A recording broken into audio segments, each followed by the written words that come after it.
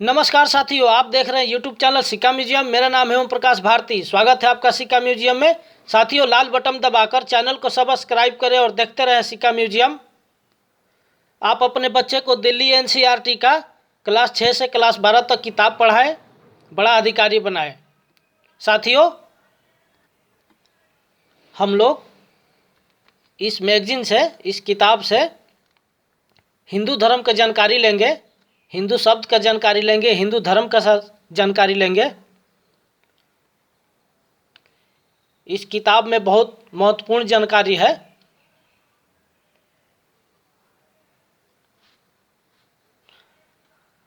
आप लोग ध्यान से सुने और अमल करें।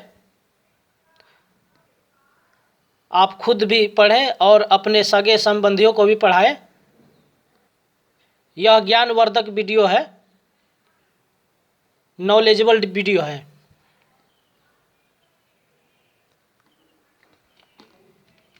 हिंदू, हिंदू शब्द और हिंदू धर्म हम लोग इसमें पढ़ते हैं और जानकारी लेते हैं।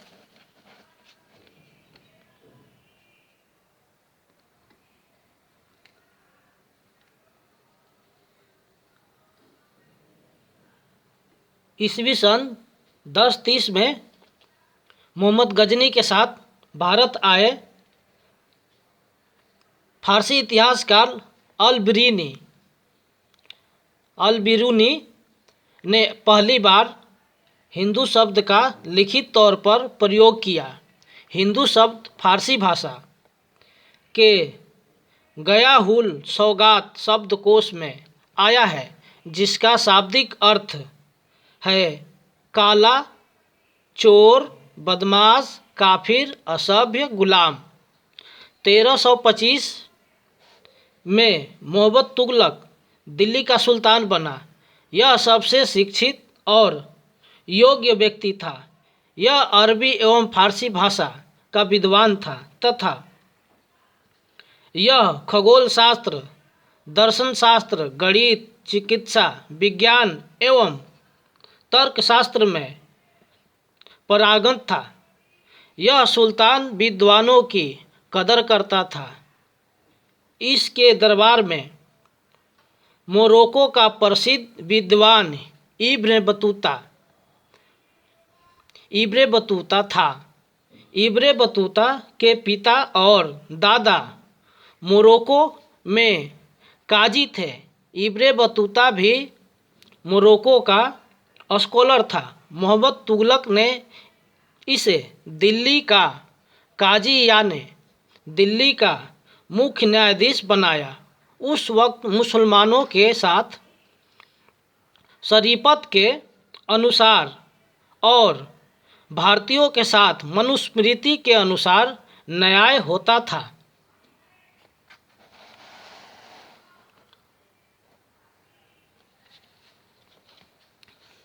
उसकी अदालत में भारतीय शूद्रों के बहुत मामले आते थे। मनुस्मृति के अनुसार ब्राह्मणों को ब्राह्मण धर्म, क्षत्रिय वैश्य को क्षत्रिय धर्म और वैश्य को वैश्य धर्म के मनुस्मृति में दिए कानून के अनुसार न्याय मिलता था। मगर जब भी शूद्रों का मामला आता था, तब शूद्रों में अनेक जातियां होने की वजह से मामला बहुत ज़्यादा पेचीदा होता था। तब इस शूद्र समूह की लीगल पहचान कराने के लिए इब्ने बतूता ने इन्हें सरकारी रिकॉर्ड में हिंदू नाम से दर्ज किया। तब से सरकारी रिकॉर्ड में शूद्रों को हिंदू कहने लगे। और साथियों, इस बात पे भी थोड़ा ध्यान देना हम लोगों को। अल बिरूनी जब भारत आया था तो यहाँ लिखा हुआ है पहली बार हिंदू शब्द का लिखित तौर पर प्रयोग किया था। तो अल बिरूनी के किताब में भी हम लोग इस तथ्य को पड़ताल करेंगे कि सच में वो लिखा भी है या नहीं, क्योंकि मुझे जहाँ तक मालूम है कि वो अपने किताब में लिखा है कि भारत में दो धर्म है, एक समण और एक ब्राह्मण। तो इस पे हम लोग अल बिरूनी के किताब से हम लोग पड़ताल करेंगे। तो हम लोग आगे बढ़ते हैं और क्या लिखा हुआ है।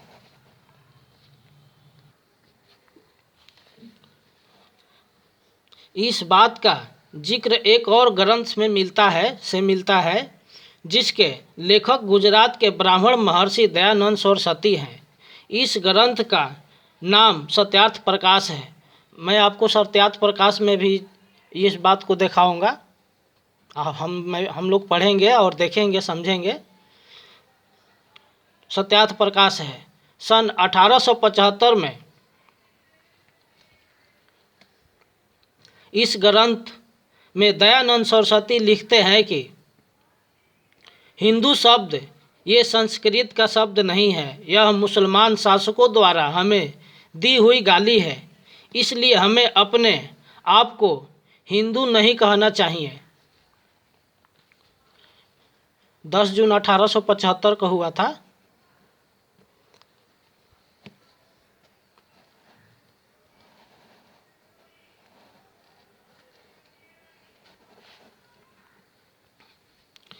हम आर्य हैं, हमारा धर्म भी आर्य है, हमें अपने आप को आर्य ही कहना चाहिए। स्वामी दयानंद सरस्वती जो एक कट्टर ब्राह्मण थे, उन्होंने ब्राह्मणों को हिंदू शब्द का इस्तेमाल न करने की अपील अपनी इस किताब में की है।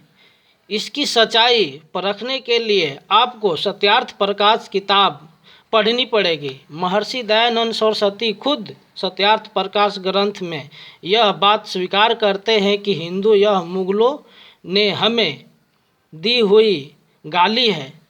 इस वजह से वह हिंदू समाज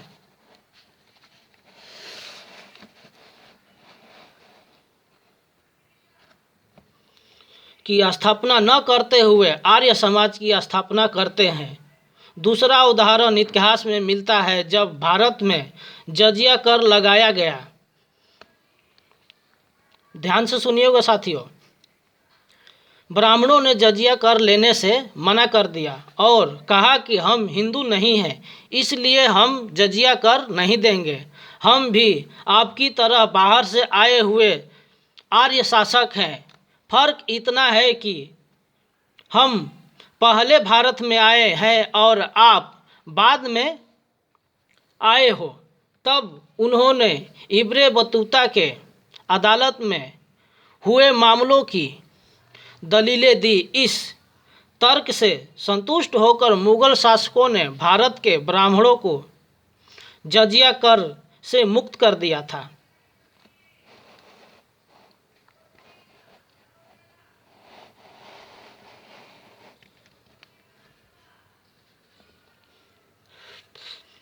हिंदू यह पर्शियन फारसी शब्द है। ईस्वी सन 12वीं सदी में मुगल जब भारत में आए तब वे धर्म से इस्लामिक थे, मगर उनकी बोली और लिपि पर्शियन यानी फारसी थी। भारत में आकर जब उन्होंने सब भारतीय लोगों को हराया, तब उन्होंने हारे हुए भारतीयों को हिंदू की संज्ञा दी। तब से यह हिंदू शब्द प्रचलित हुआ। तब हिंदू शब्द ये धर्मवाचक न होकर समूहवाचक था। 12वीं सदी के पहले हिंदू शब्द किसी भी ग्रंथ में, बोली भाषा में अथवा लिखित दस्तावेज में नहीं आता। क्योंकि ये शब्द रामायण, महाभारत, उपनिषद, भागवत गीता, ज्ञानेश्वरी, श्रुति स्मृति, मनुस्मृति, दासबोध, 4 वेद, 18 पुराण, 64 शास्त्र और बहुजन संतों के अखगवाणी में, गाथा में, दोहे में, भारूड में, किसी में भी हिंदू धार्मिक ग्रंथों में यह शब्द नहीं है।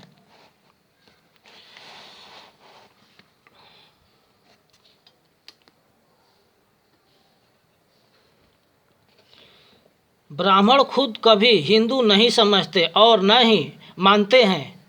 वह खुद को ब्राह्मण ही कहते हैं, मगर वह शूद्रों को अर्थात SC, ST, OBC और धर्म परिवर्तन करने वाले को हिंदू कहते हैं और हिंदू मानते हैं। कोलकाता में स्थित सबसे बड़ी नेशनल लाइब्रेरी है। वहाँ आप पर्शियन डिक्शनरी में हिंदू शब्द का अर्थ देख सकते हैं। हिंदू शब्द का अर्थ है गुलाम, चोर, काले मुंह वाला, गंदा, रहजन, मर का लुटेरा, हारे हुए भारतीय लोग। हिंदू यह शब्द दो शब्दों से बना हुआ शब्द है। पहला शब्द हीन और दूसरा दून। हीन का मतलब तुच्छ, गंदा, नीच। दून का मतलब लोक, प्रजा, जनता।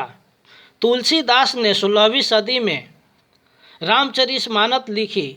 उस समय मुगल काल था। उन्होंने रामचरितमानस में मुगलों की बुराई पर या कथित हिंदू धर्म की अच्छाई पर एक चौपाई भी नहीं लिखी, क्योंकि उस समय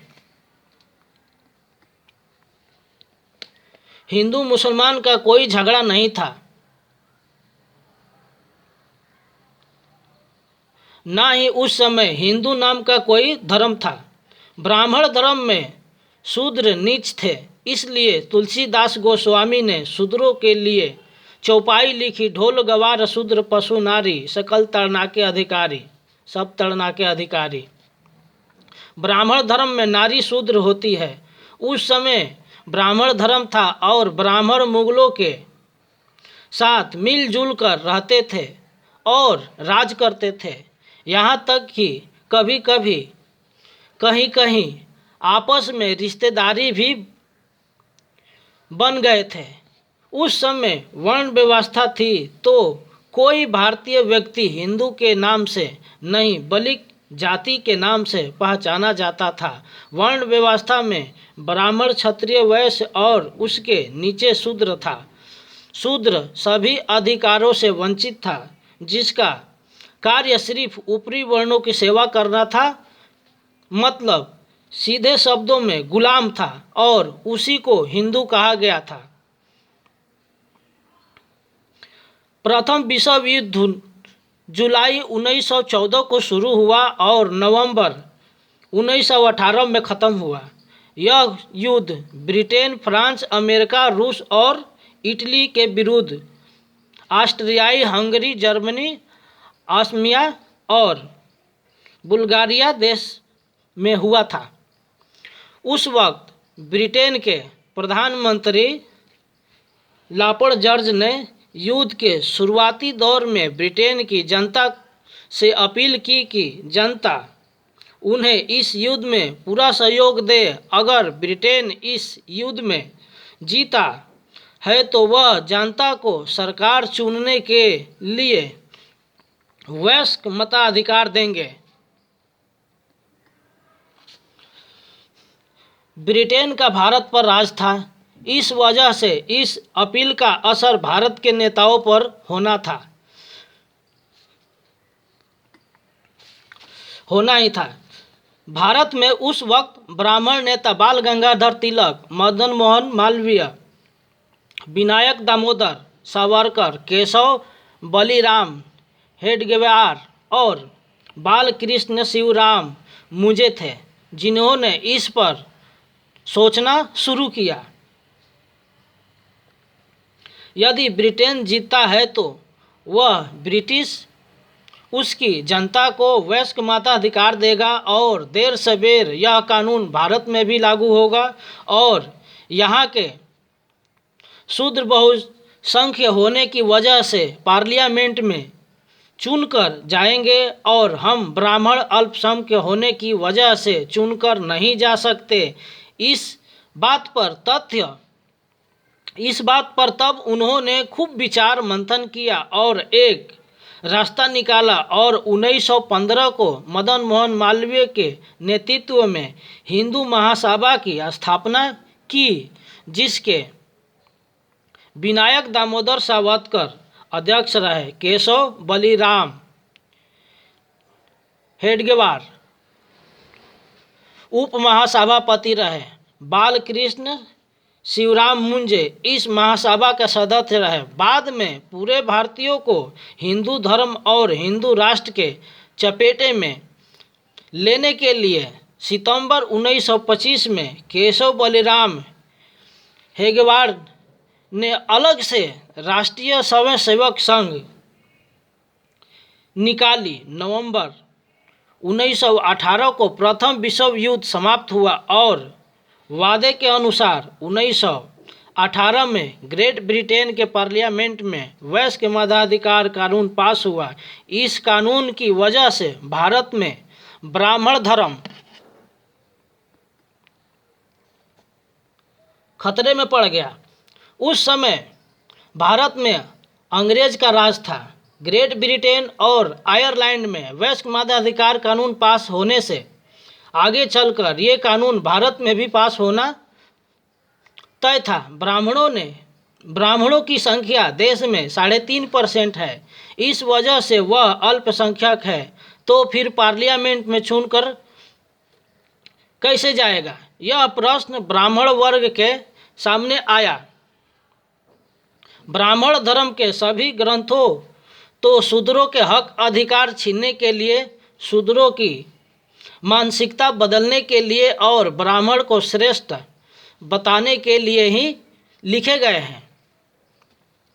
वयस्क मताधिकार का मामला अब सामने आया और इंग्लैंड में वयस्क मताधिकार का कानून लागू हुआ और बारी बारी यह कानून भारत में भी लागू करने की बात चल रही थी।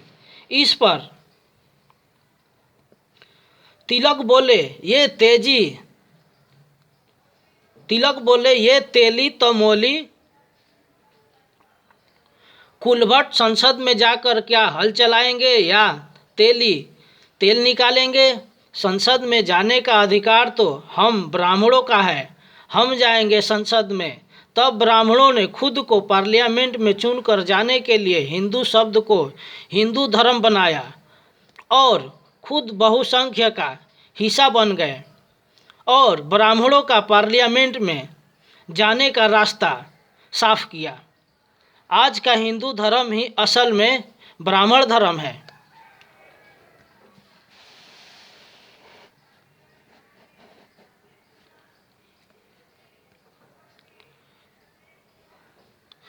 शूद्रों के एक बड़े लड़ाकू तबके को इन्होंने पहले से ही अछूत घोषित करके वर्ण व्यवस्था से बाहर कर दिया और शूद्रों को कमज़ोर किया। जनजाति के लोगों को तो विदेशी आर्य ब्राह्मणों ने सिंधु घाटी सभ्यता से संघर्ष के समय से ही जंगलों में जाकर रहने पर मजबूर कर दिया। अब ब्राह्मणों ने सोच समझकर हिंदू शब्द का इस्तेमाल किया, जिससे सब हिंदू को समानता का एहसास तो हो, लेकिन हिंदू का लीडर ब्राह्मण ही बना रहे। इस तरह ब्राह्मणों ने भारतीय समाज व्यवस्था में ब्राह्मण धर्म को कायम रखा। भले ही नाम हिंदू धर्म कर दिया, इसमें जातीयता वैसी ही है जैसे पहले थी। यह जातीय ब्राह्मण धर्म का प्राण तत्व है। जातियों के बिना ब्राह्मण का वर्चस्व खत्म हो जाएगा। 3.5% ब्राह्मण उनकी जनसंख्या के आधार पर ग्राम पंचायत का सदस्य भी नहीं बन सकता। इसलिए विचार मंथन करके अंततः 1915 में हिंदू महासभा का गठन किया था और खुद वे हिंदू बताकर प्रचार प्रसार के माध्यम द्वारा बहुसंख्य बन गया, जिसके कारण 1950 से आज तक भारत का यह पिछड़ा समाज उनके हिंदू हितैषी समझ